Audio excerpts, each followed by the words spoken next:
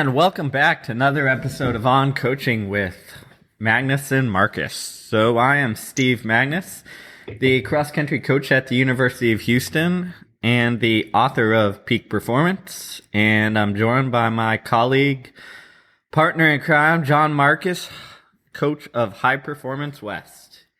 We still here? We are. We're always here. Somehow. Thanks to you.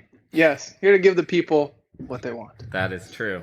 So today we're talking about the Asians. Not nations, the Asians. The Asians. Specialization, generalization, individualization. And I think these are all topics that are all ideas and concepts that kind of get thrown around almost haphazardly. And in a lot of ways, they've become buzzwords without meaning behind them, right? So we have the idea to specialize or be a general. We have the idea to focus on one program for all or be individuals. And, it's kind of come to a point where if you go to coaching conferences, it's almost like you throw these phrases up. And then everyone goes like, yeah, that's right. We need to individualize. We can't specialize too early. We need a big general base. And like everyone just nods their head in agreement and then like goes back and does what they always do. Yeah, they're all cults. I mean, at the end of the day, I think it's like, because good coaching is, like Steve and I have hopefully communicated across the arc of these podcasts, a blend of all three. You're going to have elements of specialization at an appropriate time. You're going to have individualization components, and you also are going to have generalization components, at different rates, dosages, and intensities throughout your training and preparation period. Because again, as Steve and I always like to remind and articulate, preparation is solely about getting ready to perform, getting ready to compete, getting ready to produce. And whichever, label you want to give it, whatever buzzword you want to associate with it, I think it's very difficult to sit down and say, this is specialization, this is individualization, this is generalization, because we tend to look at those words as a way to distinguish the other, as in this is what that coach or that team or that group is doing, and that's not what we're doing because this is better because that's the other. And in my opinion, you need to somehow get off your high horse and understand that a good training program, a good preparation program is a blend of all three. Yeah, kind of stepping back, I think that a lot of times, since we like to categorize things, right? We like to work in categories instead of like this nice spectrum of shades of gray that exists. Like what happens is you have people pick like their camp. And, for a while, probably in the 90s and stuff, it was like, okay, we need to be heavy on specialization. Like if you're going to be 800 runner, then you need to be 800 runner as much as you can, as early as you can. Same thing with other sports, right? I remember growing up, it's like, oh, you want to do, like, in junior high, it was soccer and track. It's like, no, you have to choose, right? You have to choose. If you don't decide your future by the age of 11, like, you're never going to make it. And then, almost like as a argument to that, as a almost counter influence to that, a reaction to it, the opposite has kind of occurred lately is like, okay, no, there's too much specialization. We need to come back out and be journalists. And I think what you see is this bounce back between extremes, as if these three things are on a line and they each occupy like, a certain point on the line. And I don't know if you've read this book, but I recently read this book, The Neo-Generalist, which was recommended to me by our good friend Vern Gambetta. And basically they make the argument that instead of like a specialization and generalization being on extreme ends, is what we need to do is we need to almost like tie those back together and then have it cross as if like it's an infinity sign instead of a straight line. In the sense that we go round and circle, between these kind of different concepts, and we're always in some sort of blend between them, and that in their terms, a neo-generalist kind of can find his way anywhere along that kind of, almost figure eight loop. And instead of, dropping your flag in one point, you have the flexibility to, use the different methods, use the different ideas and concepts on both the general extremes when you need to use them. And I think it's important to, kind of classify or define all three of those real quick before we start going off on our myriad of tangents that we tend to do on this podcast. That's all we do. Tangents. It should be renamed. Yeah, that we should rename the podcast Magness and Marcus on Tangents. But generalization, specialization, individualization. So I think the kind of colloquial or popular understanding is a generalist is someone who is a jack of all trades, or who has exposure at a very superficial level to a lot of different modalities or different stimulus. A specialist is someone who has really refined one certain stimulus or one certain skill to, the point of very high craft, but yet they are very impoverished in, a variety of other areas at the sacrifice of that one skill. And then an individual approach is somewhat seen as trying to understand where that person that you are coaching or dealing with, where they lack proficiency, where they have a natural inclination or a talent, and then making the judgment on what attributes to stimulate or enhance and not. And, I'd almost like to say it's kind of like the term I want to offer is like a metaization of all those. So going to the next level, where really what we're trying to get after in good training and good coaching is the most effective stimulus at that place and time for that person and that athlete to ready them for their competition, whether it's a singular competition or a series of. And, going on kind of a tangent here and kind of getting on my everyone's going to altitude because it's sexy rant, it's this idea that we're now, shifting more and more and specializing in this metabolism. And so you're going to altitude. And I mean, there is a time and place for that. And it can be very effective for elites and people who are high responders. But yet there's so much literature and research that is yet to be done. And this is kind of the new wave of, well, we just found out altitude tents are debunk. So let's just go to altitude. And that should work because we now know that these, hyper, pressure chambers or altitude pressurizing your house does not work for certain. So we're going to continue to specialize in better blood because there's this, perceived scientific, law that the better blood you have from a, red blood cell count, ferritin count, all these things means automatically you're just going to be a more efficient and faster runner. Now, if you take that at kind of a specialist point of view, well, then why would you do any kind of strength work, any strides, any of that? Because if I'm just getting my blood better and that's the special thing, then I can neglect everything else to get my blood up to this, kind of mythical level. And the problem with that is, well, now you're not doing any kind of work that stimulates the central nervous system, the, rate coding, the ability for the brain and the muscles to work and fire and, quick action and, all this type of stuff that's very critical to racing. Because let's say that you're in a championship 1500 and the race is dirt slow for the first, 1200 meters. Who needs better blood if the race is dirt slow? You got to be able to kick. You got to be able to sprint, man. And you haven't worked on any sprinting. And now you're like, oh, what do? Oh, I got to get better, even more better blood. Or you might swing the pendulum the other way and say, Well, that didn't work at altitude. So now all I'm going to do is, pretend I'm a sprinter, do, sprint drills and technique and powerlifting and all these other, tool menu items in the toolbox for sprinters to become a better sprinter.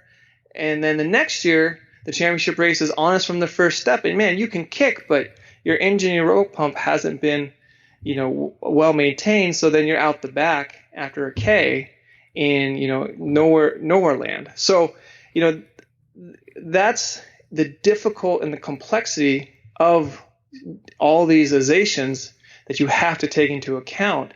And you can't, and we so much want the easy pill. We want the magic pill. Just go here, just do this work, just run these many miles, just do this type of workouts and keep it simple. And, all of a sudden you'll just magically blossom into this super mega runner. And Steve and I are big proponents of simplicity, of fundamentals, but simple is very difficult, and simple does not mean there's an underlying complexity there.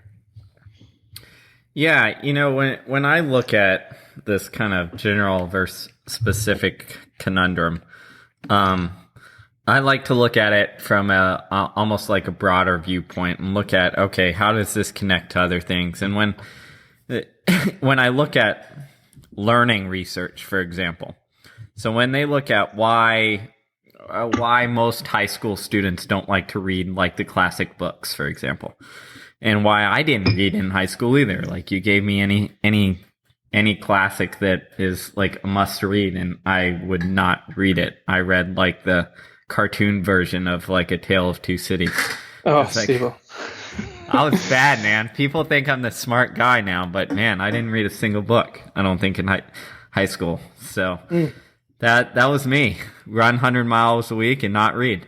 But, when they've looked at why that occurs to certain people, it's because a lot of times they don't have anything to connect it to, right? So I have nothing.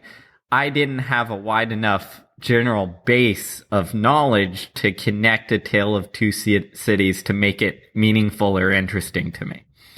And what they found is that the wider that base of connection, the more connections you can make. So now, like, the reasons I love reading a lot of things is because I have a general understanding of a lot of topics and can pull and connect it back to something that's interesting to me or something that I care about. And when you're young, you generally haven't been exposed unless, you brought up with some readers or you've been inspired by a teacher. You haven't been exposed to enough knowledge or information to connect it back. And my point in saying that is I see training in that general versus specific in a lot of the same ways. It's really tempting to focus on kind of the things that give you the most bang for your buck, the workouts that might give, the 800 runner their kind of bread and butter 400 meter repeats or something like that. But I think what you lose there is the ability to have that broad base and connect it to something. And when I look at training, it's not about specific or general. It's how do they complement each other, and then taking advantage of that complement, like the complementary adaptations you get, and make sure you're setting up the training so that you're always kind of continually improving in multiple directions. I think this can be easily surmised in the following phrase. Are you working to connect the dots, or are you merely collecting more dots? And, there's a great infographic that I have pinned right now to my Twitter, and it shows, 3 panels. One is information, just a lot of different inputs. Another one is knowledge, which is a connection between input to input. And then the final one is wisdom, which kind of cleans away all the information except the most essential. So when people, might ask me, oh, well, what type of training philosophy do you use? I go, my philosophy is the essential philosophy, or the I don't know philosophy. So, it's not, there's some linear stuff. There's some Vigil stuff. There's some Igloo. There's some Bowerman, there's some from all these different genres that have, come before, because we've done the hard work and read and experimented and failed and have athletes pose interesting puzzles that, how do we solve this? And so just when I think I know, I don't know, because a puzzle comes up and someone's like, just not seeing a translation from workouts to racing or this or that. It's like, man, I don't know how to do this. So I better call people up and call my, friends and mentors and say, I don't know. And what they always time and time again remind me is just, what's essential here? What's the essential lacking? What's the essential area that needs to be focused on to either get that person to perform or to feel good about the idea of performing? And 9 times out of 10, it's not a physical thing.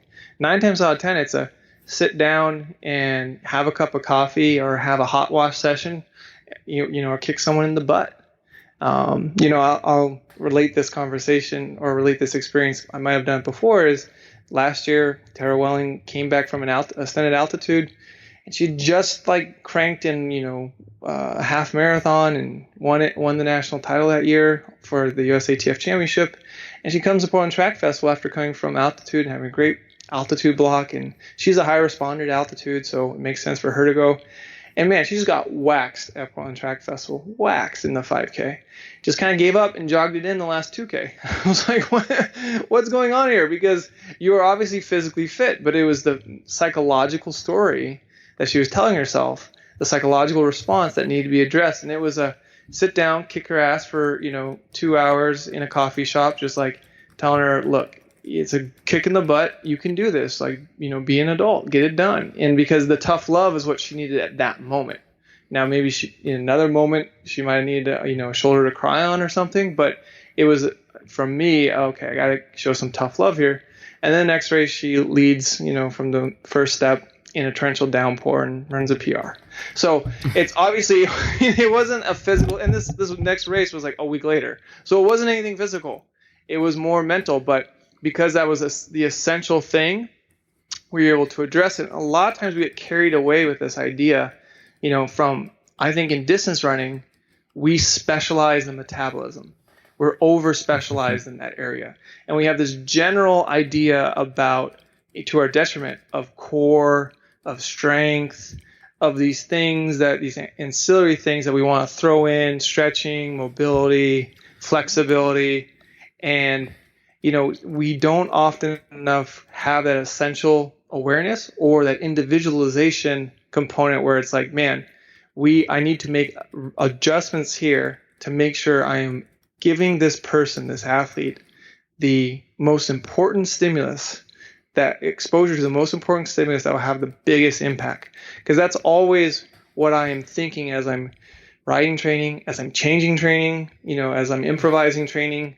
Even at the day of the track, there's a lot of improv going on because I'm watching what's going on. I'm getting feedback, whether it's verbal, nonverbal, from an athlete.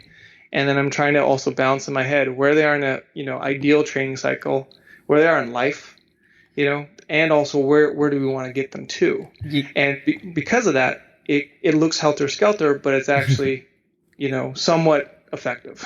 Yeah, I like it. Somewhat effective, right? I think that's the best any of us can hope to be. But, as you're talking there, I think the key there is individualization, if done right, is it's your out. It's your thing that forces you out of these extremes and forces you out of being stuck. Because if you take a true individualization mindset to it, it prevents you from defaulting into these modes of well, you know what, this athlete's not running well, but these other 3 guys on the same training plan are, so it must be their fault, and he just must be not trying or something, and I'm not going to address it, right? And if you truly individualize, you're looking at not only from a training standpoint, but also from a psychological standpoint of okay, what do I need to address with this individual to get better? So it takes you out of that training model default mode where it's you just assign what you've always assigned, or give the same workout, give the same answer to the no matter what problem appears. And I think that's why individualization is such a powerful tool if taken correctly. Now, I'm going to take us on a little tangent because you mentioned the psychology of it all. And I'm reading this a very interesting book that I highly recommend called How Emotions Are Made. And it takes you through essentially the stress concept, but how we create and construct emotions. And it's a newer version of a scientific theory that kind of looks at things from a different perspective. But what I really took away from it from a training running standpoint is that we tend to construct our emotional states.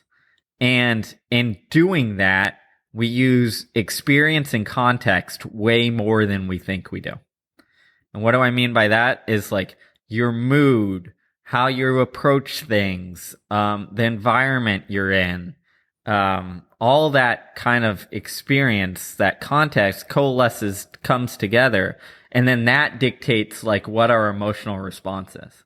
So when I look at that and I think about that, I think of situations like you described with Tara, and it makes complete sense why someone who's in really good shape can completely bomb one race and then come back the next week and kill it if their context, their mindset, their mood, their environment isn't where it needs to be in that race.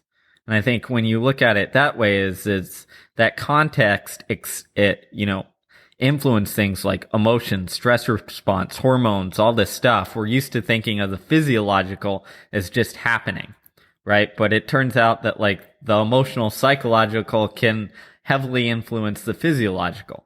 So while you said like we tend to over specialize in this physiological metabolic part, and I think when we do that, we forget about how much the other stuff influences the physiological. Well, it's all biochemical, right? So Exactly. we know if, like the reason there's addiction is because it sends this influx, depending on the type of, medicine or drug that you're taking, you're getting this either blocking or this flood of like some type of neurotransmitter, whether it be dopamine, serotonin, GABA, whatever. And that habituation of that flood or that block of that neurotransmitter creates that addiction. Same thing with the story that you tell yourself. If you are in fight or flight mode, if you're anxious, if you're freaking out, then all of a sudden you're releasing all these hormones and all these neurotransmitters that are going to say, body, we need to be on alert because we could get eaten by a woolly mammoth. Last time I checked, there were no woolly mammoths at track meets anymore. But if your perception is there that there is one, your body believes it, right? And that's the biggest thing. It's what people don't kind of get is that it doesn't matter. Your body doesn't care what the actual reality is. It only cares what your perceived reality is. And if your perception is that race is life or death, your body reacts as if it's life or death.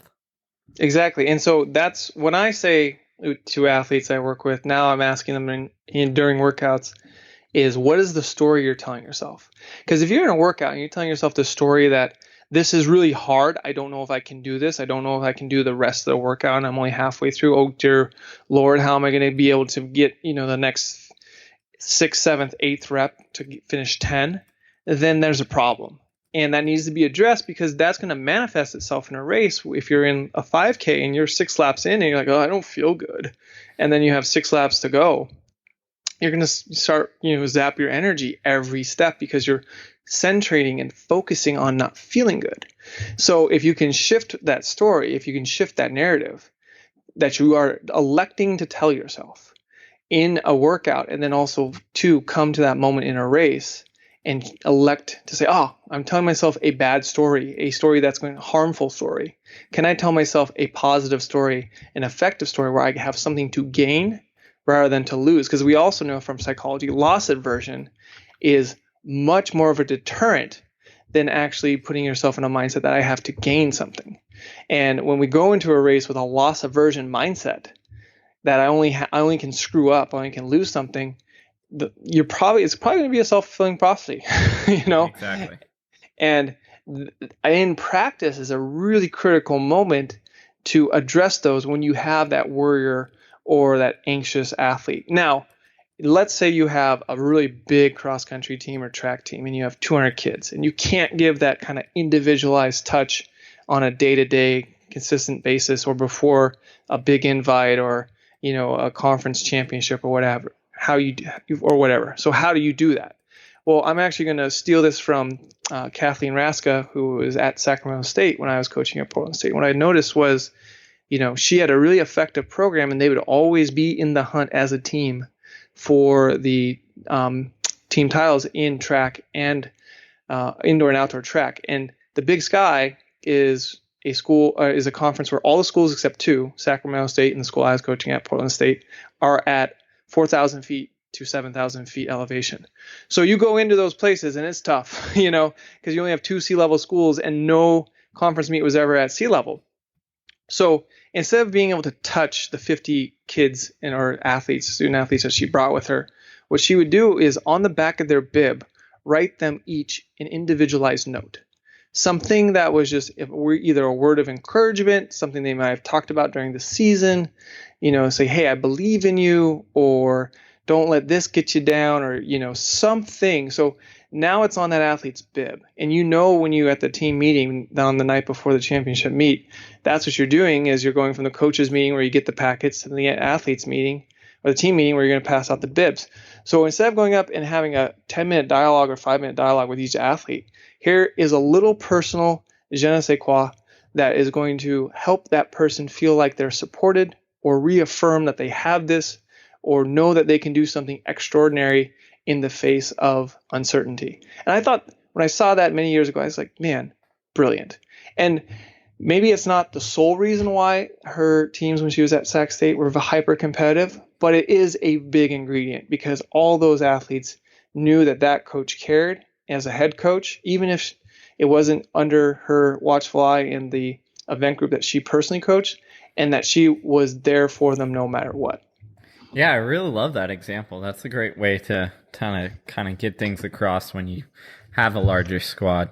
When you're talking about some of those manipulations or some of those tricks or tools that you can use, it comes straight from psychology or psychiatry. I mean, there was another good book I read called Strangers to Ourselves that kind of explored some of these mental issues. And there's this whole idea or tool used called story editing, which is just what you described. And that's what they do, for example, when you have a phobia, scared, if you're scared of heights or scared of snakes or whatever, they lightly expose yourself to it, right? Stand on top of a high building. And then essentially the instructions are, it's like, all right, what's the story you're telling you yourself? And then how do we change that story to something that is positive or something that allows you to confront these, right? And that's the same thing we do in running, as you gave an example. One of our good friends, Phoebe Wright, the elite 800 runner, when she was talking to some of my college kids, they were asking, like, how do you get mentally tougher? And she gave a great kind of piece of advice, was that in practice, normally, like, you're just trying to get your way through it and you're not practicing mentally what you're going to face in a race, because it's different. Like, it's different running a straight out 800 versus running 200-meter repeats. You use different coping strategies. So her advice in practice was, when you see those bad spots mentally, let your mind go to them and then figure out a way to get out of them. Because if you let your mind go there and then change your story, change your coping mechanism so that you can figure out how to, deal with it, cope with it, etc., then when race times comes and your mind will go there, you're ready. And her point was that a lot of times what happens is the only time athletes face that kind of emotional mental stress is in race times, because in practice you can, as I always like to tell my kids, like, you can fake your way through 400-meter repeats, because you can just break it down and be like, all right, I just got to get to the next 200, the next 100, get to this rep, and then I have a minute to stand around, and then I'll worry about the next one. Well, there are no breaks in a race. So you can't like fake your way through it. You can't manipulate and cope your way out of it. So you have to practice the same mental coping strategies that you're going to use in a race in practice. And I think that's one thing, because we're so metabolically focused, we forget to kind of prime our athletes to do. Well, and I think it goes even deeper to where we have this love affair because we are metabolically focused and think we can manipulate these physiological parameters, that we've fallen in love with this mathematical exactitude. And so in practice is an exercise in mathematical exactitude. Can you run 10 times 400 with 200 jog at 60 seconds in this session? And all these numbers are like, okay. And so the promise is, as a coach, that you're telling the athlete is, if you can do this in a workout, then come race day, you can run this time. Last time I checked, very few races are ran to mathematical exactitude. So why are we creating painters in practice when we should be cultivating artists? Because that's what a race is. It's a work of art. Now, what do I mean by painters versus artists? So I'll give an example of Charles Pollock and Jackson Pollock. Everyone's heard of Jackson Pollock because Jackson Pollock was an artist. He took risks. He did something wildly different, and a lot of his stuff failed, and a lot of his stuff did not work. But some of his stuff did work, and it was so new and innovative that people took note. Now, Charles Pollock was taught how to classically paint. He was a painter. He was taught by a master. This is the style. These are the constraints. You need balance. You need this. You need these types of tones. Da da da da. And he was a painter, and that's all he did through his career was paint portraits. Now, it wasn't art because there was no risk.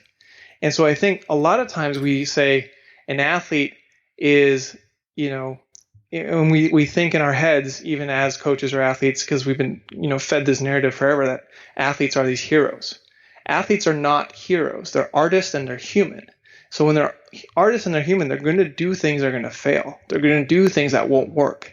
But if every practice is an exercise in this mathematical exactitude, you did exactly what I told you to do. You hit the prescription right on the nose. You're ready to go. But what happens in the race when they fall off quote unquote pace and they're thinking more about the clock than I have this opportunity to race against these 7 people that I don't know what they're going to do, but they don't know what I'm going to do either. But you're saying, but your race plan is, okay, I want you to go out in the first half and I want you to run this split because that's going to set you up to be more efficient so you can then race. But what happens when they don't run that split in the first half of the race? What's the story they're going to tell themselves? Like, oh, there's no way I can do it. There's no way I can do it. And then they're going to freak out and then they're going to bomb or they're going to DNF and then they walk away and it's like, oh man, we wasted this opportunity to make art. And that to me is always the most infuriating thing and frustrating, and the thing that makes me the most sad when I go to track meets, when I see an athlete looking at the clock or looking at their stopwatch in a 1500 or a mile. It's like, stop being distracted by this numerical exactitude and look up and race these people. Yeah, it's funny. We had a track meet yesterday, actually, in the middle of the day, and there were like 20 to 25 mile an hour winds. So all the 100-meter guys were loving it, right? Mm-hmm. Oh, yeah. But, all the distance kids, they're just like, oh my gosh, I'm going to be so far off pace and blah, blah, blah. And, noticing my team and then noticing other teams too is like, you could see who was going to fail beforehand almost and who was going to succeed based on like how they approached that weather. Some looked at it as like, okay, forget the times, like we're just going to race. I'm ready to race. And others saw it as like, well, there's no way I'm going to PR. So here is my out before I even race. And I think, as I walked around and told my team that day, I was like, all right, today's a great opportunity to race. It's like times don't matter. Obviously it doesn't matter at all. Like, let's just practice racing and get after people and try and win heats and place as high as you can. And you really saw people who took that to heart and just kind of did it and went for it and used whatever tactic they did. And they, some ran the best races. We had two people who won PR and another two run the best races they have all season in the 1500 with 25-mile-an-hour winds. And crazy tactics where you're going, the first lap of the 15, I think was like 66, right? So, but, what I saw is that the athletes who embraced what you would call that artistry, that ability to race, that ability to see a race as something more than, this is something more than an opportunity to run a PR. And I think in current days, what we've defaulted to is that every race is an opportunity to run a PR, and that's all that matters, and we forget about everything else. And what that it's a total crutch. Yeah. And what that does is it sets it up just like, for instance, this 2-hour marathon that they're going after, right? Where it's going to be these guys stay on sub 2-hour marathon pace or some really fast marathon pace until they can't, and then they just blow up, right? And that's the same thing you're setting your kids up for when you focus on only the PR. They will stay on their pace as long as they can until something goes off, and then once it goes off, they just shut down and blow up. And that's when you see like these massive blow-ups in races and these subpar races is think of it back in terms of like emotion and stress responses. Is once we see that our goal is not going to be hit, or that we can't do it, or our story changes that we can't accomplish this, then there becomes no driver, there becomes no point. So if there is no point, the body just shuts down, physically and mentally. What's the point? Right. Why should it put itself, quote unquote, in danger if it's not going to succeed? So it just goes into survival protective mode. And I think that's what that's the message we're sending if we stick to this kind of, mathematical standpoint. Well, what you do matters. It does. What you do matters, but how you do it matters a lot more. And, people have argued with me and say, well, I'd rather, run 13:25 at Peyton Jordan and get 10th than run 13:32 at some track meet, home meet, and by myself and win. And I'm like, well, you're investing a lot more in what you do than how you do it, because I would argue the 13:32 at the home meet by solo is a lot more impressive than hanging on to the 13:25 at Peyton Jordan and sucked along. If you're just going for that mark. But if you're trying to win that thing at Peyton Jordan and you run 13:25, well, how you do that matters more. And because if we just say what you do matters most, then cheating's okay. Then it's fine to take EPO. It's fine. Hey, I won the Olympic gold medal in the marathon out of nowhere. Look at me. I set this world record out of nowhere. Look at me. Look at what I did. But yet we get on our high horse and we say, whoa, but you can't take these banned substances because because what you do matters. And so we have this dissonance then if we're saying all that matters is the mark. All that we care about is the time and not how you get that time or how you race. More importantly, and people, there's always discussion about what's killing the sport. What's killing the sport? I would argue like a TFRS, Athletic.net, and DISAT are, because all these kids now are growing up with is how does my time rank? Where's my time? If you tracked wins, if we said, hey, what matters is in order to get to regional, you have to win 10 races or you have to win 5 races in your regular season, and then you can go to the regionals. The sport would be much more compelling and much more exciting to watch, because if I had to win 5 races, then all the coaches would be like, okay, well, where are we going to go? Okay, you got to run to win, because if you don't, then you won't go to regionals and or you won't go to state. And if we set things up for that's the way you could get there, then we would really progress in a lot of ways. Now you say, oh, well, only one person can win, but all these people can run this time or this PR, and that's what counts. And I go, well, yes and no. I mean, a PR is a good thing. It is a valuable thing. It's the best you've ever done. And I'm a champion of PR till the cows come home. But it's how you PR. It's how you do it. Were you risky? Did you do something that could fail? Did you attempt to make some art? Or did you play it safe and say, hey, look at me, social media audience. I got 7th, but I PR'd. Where's my applause? But I never took a risk. And I would shut that down in a heartbeat and say, you're really prioritizing the wrong things. You're specializing in the wrong things, because that's not going to help, be the stimulus that's going to help you grow. And when I'm, more so when I'm training people these days, it's in practice. It's not about hitting the time on the menu that I just came up with out of thin air. It's sometimes I'll just say 800 meters at your best effort. And people are like, what does that mean, coach? I go, it's your best effort. You tell me. Give me your best. Give yourself your best. Because you're really, when you're running a workout, you're not trying to please me. You're trying to better yourself. And here's an opportunity to do that. So give your best effort on this rep. Now, however you contextualize, that's up to you. But if you can look yourself in the mirror and say, man, that was my best effort for this rep. It might be in the beginning of the workout, the middle of the workout, or maybe it's a workout where every rep is just your best effort given where you're at for that rep. Now, does that mean max all out 100%? I don't know. But that's where you have to explore and discover and kind of dance with that tension of that opaqueness, rather than saying, all right, guy, run 800 at 155. Go.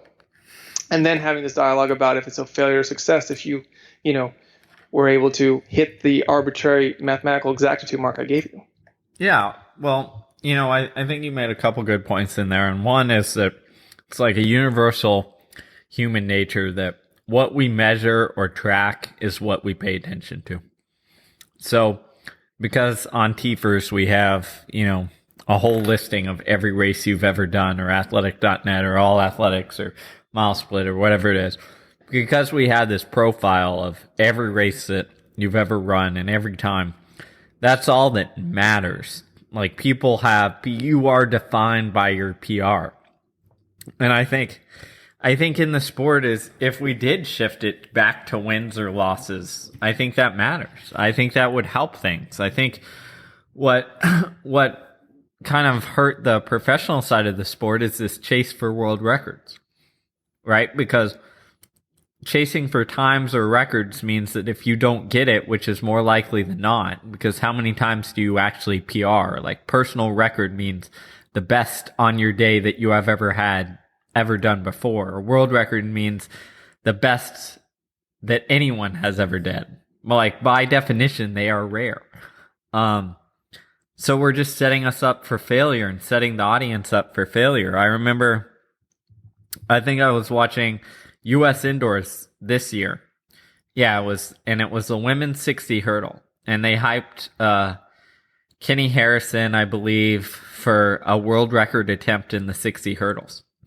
And she wasn't close. She still pulled off the win, but she only pulled off the win by, I think, a tenth or like a couple hundredths of a second. Like, it was really pretty dang close. So the second place person almost beat her, the outdoor world record holder. And instead of like being like, oh my gosh, like that was a really good race. Look at this underdog who almost dethroned the queen, but she held on and persevered and all that stuff, which is the narrative you would get in any other sport, right? Instead, the announcers and everything was set up so that it was down. It was a downer. It felt like the race was a failure and a disappointment, because it was like, oh, she won, but not close to the American or world record, so oh well. And that would be like us framing football games as if Tom Brady had a bad day. That was all that mattered. It didn't matter if, the game was close and it was exciting and that, the underdog team was pushing for a win. All that mattered was Tom Brady didn't throw for 400 yards, so we're going to be disappointed in this game. And I think it's like your fantasy team took a big hit. Right? Yeah, exactly. Like, if we judge sports based on the fantasy points that they scored, that's essentially what we do in track. And I think that's one of the big reasons why we just set ourselves up for failure. And I think that bringing the sport back to its roots, which is competition, which is drawing a line on the street and saying, hey, I'm going to race you from this light pole to the next light pole and let's see who is fastest. Like, there is something magical in that, and there is something that grasps like the basic human need that we've been doing for now thousands of years. And I think we've lost that a bit, based on this like mathematical certainty principle. Well, and it's lazy marketing. Like Yep. if I was watching MMA fighting, that's a compelling competition because these or boxing, people are trying to compete against each other to best one another to knock them out, so to speak. So in if you're gonna market a head-to-head match between an underdog and a record holder of sorts, you're not going to say necessarily, oh, I have to expect this gravitas and this bravo performance every single time they show up in race because they're humans. They can't do that unless they are artificially enhanced, and that, as we know, is a big no-no. So ergo, what do you hype? You hype competition. But if you're in charge of putting this on display, of marketing this, of commentating, please, please, please choose another narrative. Choose the competition narrative. If you ever get a chance to get on Flow Track or, get on NBC or, whether you're Alan Webb, Chris Selinsky, friends and former competitors, choose the competition narrative because it is compelling. These people are trying to beat each other. This is fun. And yes, oh, that's a fast time. Great. Oh, it's a slow time. That's okay. But a competition is happening in front of your eyes. And, that I think is another form of specialization that is a corrosion is how we frame what's successful, how we frame what's good, what's elite. Yes, it's good because tracks are standard and we can compare marks globally with each other. So that's one thing. You can't compare a soccer game necessarily in Japan to a soccer game in Argentina with an equal playing field because, again, two different teams, different matchups, But we can say, hey, look at this competition model. And so to me, that's much more an individualization approach that you need to figure out as a coach how to get everyone the most competitive they can for them.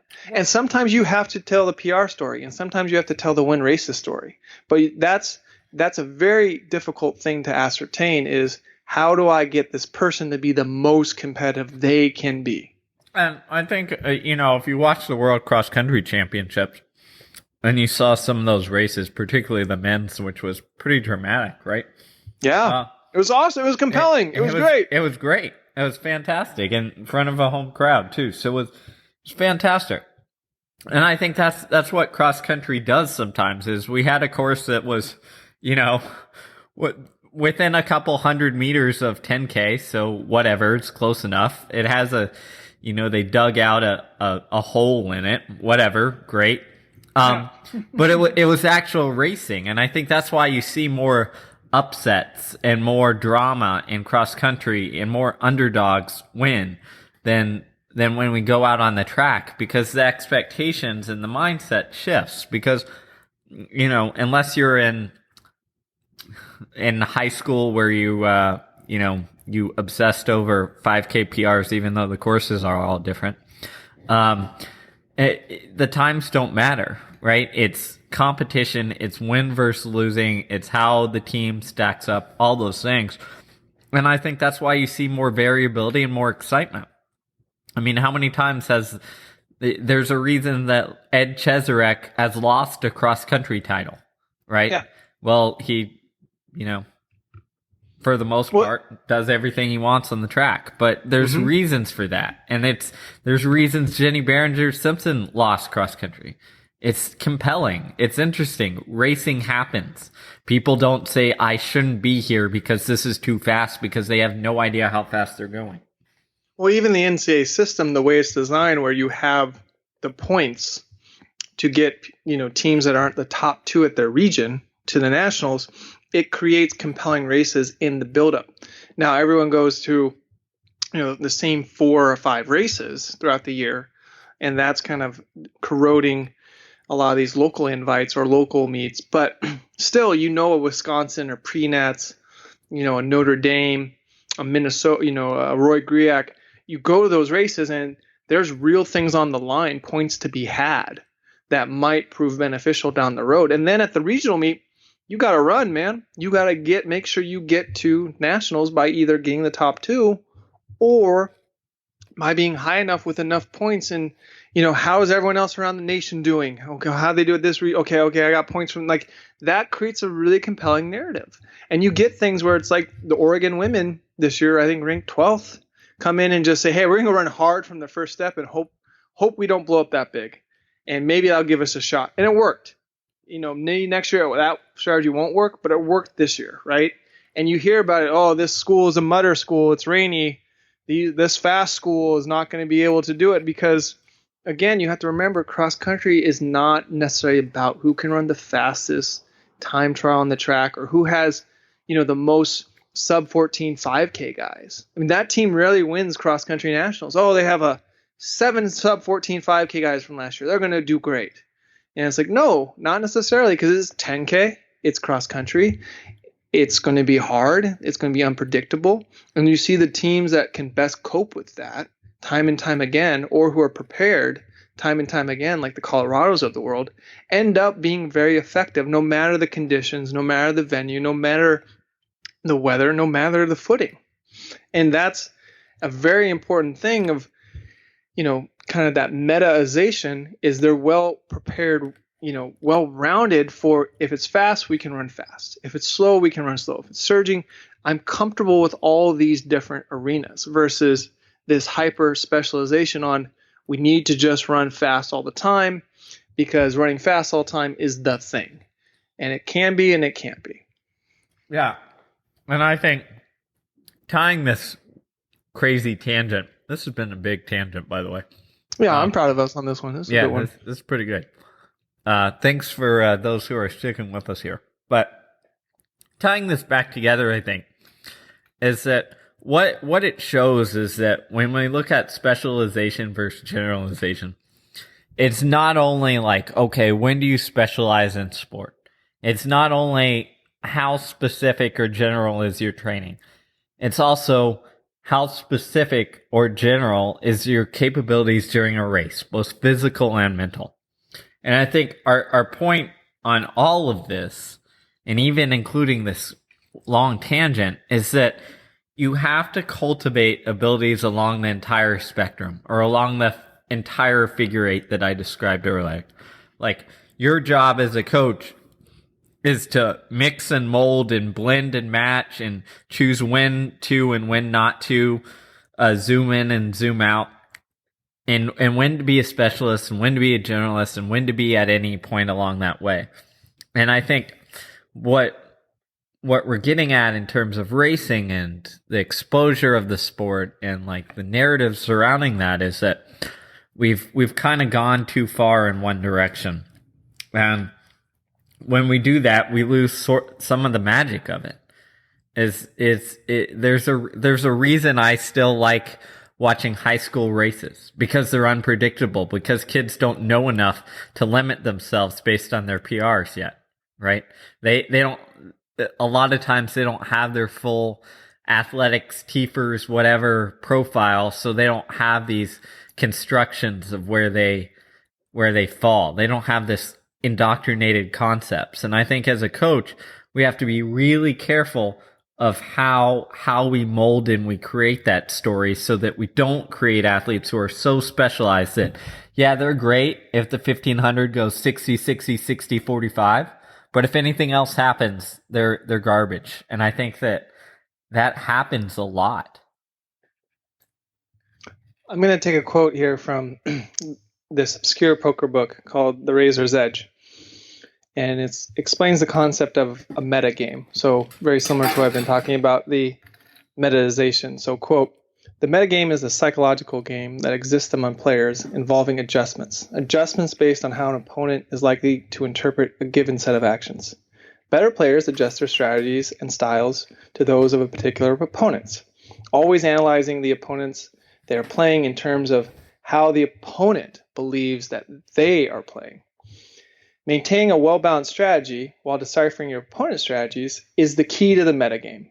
If you comprehend the concept of the metagame, accurately perceiving the flow of your table and then the tournament, and stay alert and aware of current strategy trends, you'll be able to successfully mix up your play when considering your image and that image that your opponent's perceiving. In return, your game will be highly unpredictable and difficult to read, which should be your ultimate goal, end quote. Which encapsulates a lot of what Steve and I are saying, is if you only have one way that you think you can successfully do something and you do it time and time again, your strategy is very predictable. People will observe it, they'll catch on, and then you will not be competitive. But if you have a tool shed with all these different ways to get work done, to race, in this condition or that condition, this style of racing, and you're the one who's pushing the envelope, you're the one who's taking initiative at some stage in the road, then all of a sudden things are going to start falling into place for you. But that's the most important thing, is teaching athletes how to cope and take initiative. And 9 times out of 10 we are control freaks and workaholics, in terms of we want to, as coaches, control everything to make sure they're well prepared so they can't screw up. But 9 times out of 10, the long play, the meta game, is giving them the opportunity to risk early and fail, and then teach, and then have them adjust and absorb and comprehend those teachings, so that the long tail of it is they're much more robust and much more unpredictable, because they know, oh, I'm in a race that's surging, I got this. Oh, we're in a race that's honest from this first step, I got this. Oh, is this a sit and kick race? I know what to do. Here's what I'm going to do. So it's a difficult thing to teach and to coach, but remember, that's what you signed up for when you took on this profession, when you took on this charge, was to not maintain a superficial, lazy approach, but to go deep into it and to really impact and change lives. And 9 times out of 10, if you're in a classic setting, the racing opportunities is where the athlete's going to have the most unencumbered reality shift that they can have. Hey, look, I did something I never thought I could do. I won something I never thought. Oh my goodness, now I'm engaged. Oh my goodness, now I am a member of this tribe. And if we take a specialized approach and say there's only one way to skin a cat, and yet you don't expose them to these other general areas, and you then don't ask them, hey, which way do you like best and which way do you like least? And we'll enhance both along the path. Then you're missing the opportunity to really do what we're here to do for coaching, in my opinion, which is help guide phenomenal people on a phenomenal journey that is their own, and let them stand on their own 2 feet when it counts. Man, I couldn't have summed it up better. I think that's probably a natural ending point for this podcast, and we've been going on for an hour. So, yeah, I can't sum it up better, man. I think that I really like that poker book quote that you gave, because I think it's the meta game is something that we often don't understand, and it's something that we often get so caught up in what we're doing without realizing to lift our head and look around and see what the rest of the environment, what the rest of the people are doing, and how to better cope and understand and develop our skills to combat that.